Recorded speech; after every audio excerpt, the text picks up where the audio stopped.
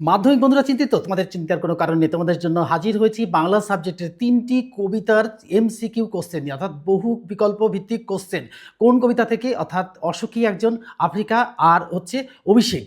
এই ৩ টি কবিতা থেকে কিন্তু এমসিকিউ কোয়েশ্চেন তোমাদের সামনে শেয়ার করব। আর শেয়ার করার সাথে সাথেই কিন্তু এখান থেকে উত্তরটাও কিন্তু তোমাদের হয়ে যাবে।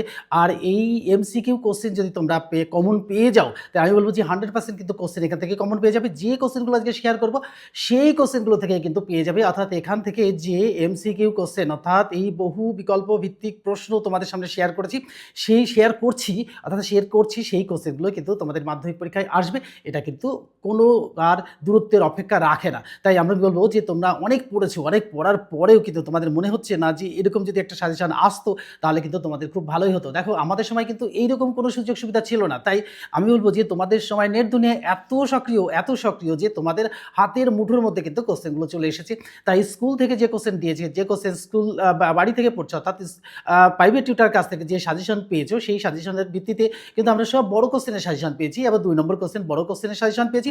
কিন্তু এমসিকিউ কোশ্চেন করা, অর্থাৎ এই বহু বিকল্প ভিত্তিক প্রশ্নের উত্তর খুঁজে পেতে কিন্তু খুবই কষ্ট করতে হয়। সেজন্য কিন্তু আমি অনেক চেষ্টা করে তোমাদের জন্য কিন্তু এই ৩ টি কবিতা থেকে অন্তত ২০ টা কোশ্চেন শেয়ার করতে চলেছি। সেই ২০ টা কোশ্চেনের মধ্যে থেকে কিন্তু অনেকগুলো কোশ্চেন তোমার মাধ্যমিকে পেয়ে যাবে। তাই আমি বলব এই কোশ্চেনগুলো তোমরা গুরুত্ব সহকারে দেখো, তাহলে দেখলেই কিন্তু কি হয়ে যাবে, বাংলা বুঝতেই পারছো যে বাংলায় লিখে নম্বর পাওয়াটা কিন্তু খুবই কঠিন ব্যাপার। অর্থাৎ লেখনের মধ্যে দিয়ে নাম্বারটা পাওয়াটা ভীষণ টাফ ব্যাপার। তাই আমি বলব যে এই যে বহু বিকল্প ভিত্তিক কোশ্চেন যেগুলো থাকে, সেই কোশ্চেনগুলোর উত্তরটা যদি তোমরা সহজেই পেয়ে যাও, তাহলে আমার মনে হয় না যে তোমাদের কোনো সমস্যা হবে। আর সমস্যা হলেও কিন্তু সেটা সমাধান হয়ে যাবে এই সমস্ত ভিডিওগুলো দেখলে পরে।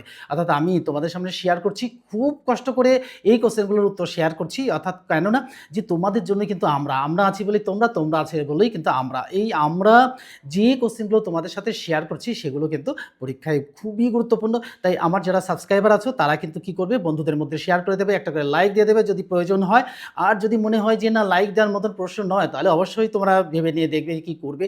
আর আমি তোমাদের উপরে ছেড়ে দেবো যে যদি কোশ্চেনগুলো সত্যি কমন এসেছে তাহলে তো একটা লাইক দেওয়ার মতোই, অর্থাৎ কোশ্চেনগুলো যদি ইম্পর্টেন্স থাকে তাহলে কিন্তু তোমরা একটা লাইক দিয়ে দেবে। আর নতুন যারা সাবস্ক্রাইবার হচ্ছ আর নতুন যারা ভিডিওটি দেখছো তারাও কিন্তু কি করবে, ভিডিওটি দেখার পরে কিন্তু একটা লাইক দিয়ে দেবে আর চ্যানেলটিকে সাবস্ক্রাইব করে রাখবে। পরীক্ষার আগের মুহূর্ত পর্যন্ত আমি তোমাদের এই ধরনের কোশ্চেন দেবো। আজকে ৩টে কবিতা থেকে দিলাম, এরপরের দিন আর বাকি কবিতা থেকে এমসিকিউ কোশ্চেন, অর্থাৎ বড় কোশ্চেন আমরা সবাই পেয়ে যাই কমন, কিন্তু দেখো ছোট প্রশ্ন কমন পাওয়া কিন্তু খুবই কঠিন ব্যাপার। অর্থাৎ এই কোশ্চেনগুলো কোথা থেকে যে আসছে, অর্থাৎ কীভাবে লাইন তুলে তুলে কোশ্চেনগুলো আসছে, সেই কোশ্চেনগুলো খুঁজে পেতে তার উত্তর সিলেক্ট করে করাটা কিন্তু খুবই কঠিন ব্যাপার।